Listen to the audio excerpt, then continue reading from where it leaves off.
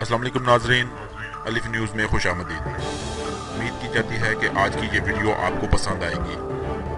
ناظرین، آپ کو بتاتے چلیں کہ خطے میں صورتحال تیزی سے تبدیل اور ایک نیا بلاک بننے میں اہم پیش رفت ہو رہی ہے۔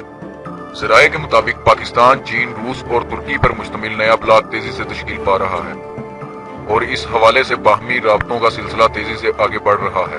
پاکستان کے اعلیٰ سطحی وفود روس اور چین کے علاوہ ترکی کے تسلسل کے ساتھ دورے کر رہے ہیں۔ پاکستان کے 10 دن کے اندر 3 وفود روس جا چکے ہیں، جن میں وزیر دفاع خرم دستگیر، مشیر قومی سلامتی ناصر جنجوعہ اور ان دنوں army chief general Qamar Javed Bajwa کی قیادت میں وفد روس کا دورہ کر چکا ہے۔ ادھر وزیر دفاع خرم دستگیر اعلیٰ سطحی وفد کے ہمراہ چین کا دورہ کر کے آئے ہیں۔ انتہائی باخبر ذرائع کے مطابق ان چاروں ملکوں کا بلاک بن جاتا ہے تو اس میں ایران کو بھی شامل کیے جانے کا امکان ہے۔ امریکہ کے ساتھ کشیدہ تعلقات اور امریکی انتظامیہ کی طرف سے پاکستان پر پابندیوں کے بعد پاکستان نے روس اور چین سے رجوع کر لیا ہے اور امریکی فوجی اور اقتصادی امداد پر انحصار تیزی سے کم کیا جا رہا ہے۔ ذرائع نے بتایا کہ امریکہ اور بھارت کے گٹھ جوڑ کے بعد پاکستان چین اور روس کے لیے انتہائی اہمیت اختیار کر گیا ہے۔ امریکہ کے ساتھ بارود کے بڑھتے ہوئے تعلقات کی وجہ سے روس کے ساتھ بھارت کی دوریاں بھی تیزی سے بڑھ گئی ہیں۔ ذرائع نے بتایا کہ آرمی چیف کے دورہ روس کے دوران روسی فوج کے chief of general staff general Gerasimov نے دہشت گردی کے خلاف جنگ میں پاکستان کے کردار اور قربانیوں کا برملا اعتراف کیا ہے اور افغانستان میں امن کے قیام کے لیے اپنا کردار ادا کرنے کی پیشکش کی ہے۔ بھارتی ذرائع نے روس کے اس بدلتے ہوئے رویے کو خطے میں قیام امن کے لیے انتہائی اہم قرار دیا۔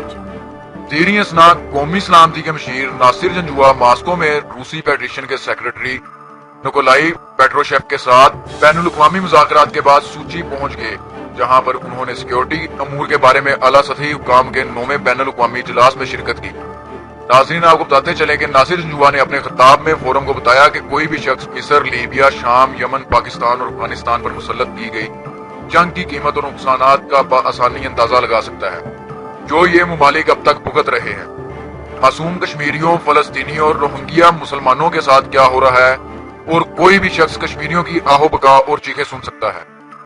انہوں نے پاکستان کے قانون نافذ کرنے والے اداروں مسلح افواج کی ان کامیابیوں کے بارے میں بتایا جو کہ پاکستان نے عالمی امن و سلامتی میں کردار ادا کرنے میں حاصل کی۔ انہوں نے پاکستان کے اس عزم کو بھی دہرایا کہ پاکستان دیگر ممالک میں مداخلت یا دوسروں کی جنگ نہ لڑنے کی پالیسی جاری رکھے گا اور پاکستان ہمسایوں سے دوستانہ تعلقات رکھنے اور تنازعات کو اقوام متحدہ کی قراردادوں اور مذاکرات کے ذریعے حل کرنے کی پالیسی پر عمل پیرا ہے۔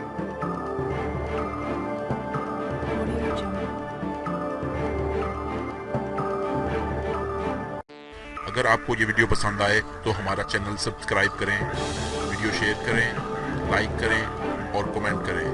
شکریہ۔